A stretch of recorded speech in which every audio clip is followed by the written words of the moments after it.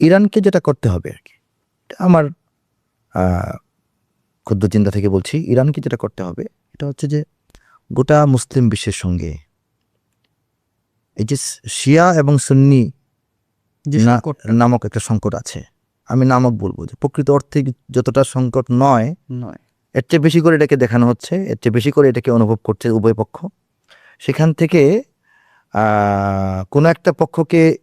অগ্রসর হয়ে ভূমিকা রাখতে হবে, এবং সেই ভূমিকাটাও আমি চিন্তাশীল, কৌশলী এবং দূরদৃষ্টি সম্পন্ন ইরানকেই আমি সেই দায়িত্বটা দিতে চাই ব্যক্তি, একজন বিশ্লেষক হিসেবে। ইরানকে এটা বুঝতে হবে, সবাই তো এটা বোঝার সক্ষমতা রাখে না, সবাই দ্বন্দ্ব করার সক্ষমতা রাখে, সবাই কোন কোন কারণে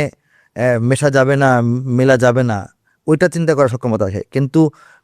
মিশতে পারার মতো, মিলতে পারার মতো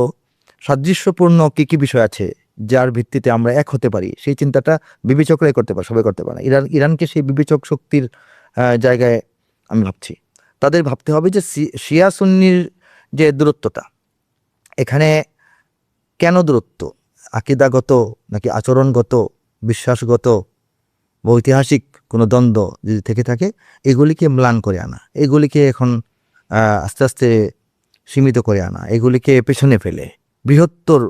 উম্মাহ ঐক্য, যেটা এক আল্লাহ, এক রসুল, এক কোরআন,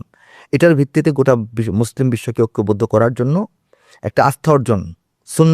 সুন্নি বিশ্বের আস্থা অর্জন, যে না, ইরান আমাদের ভাই, ইরান আমাদের বন্ধু,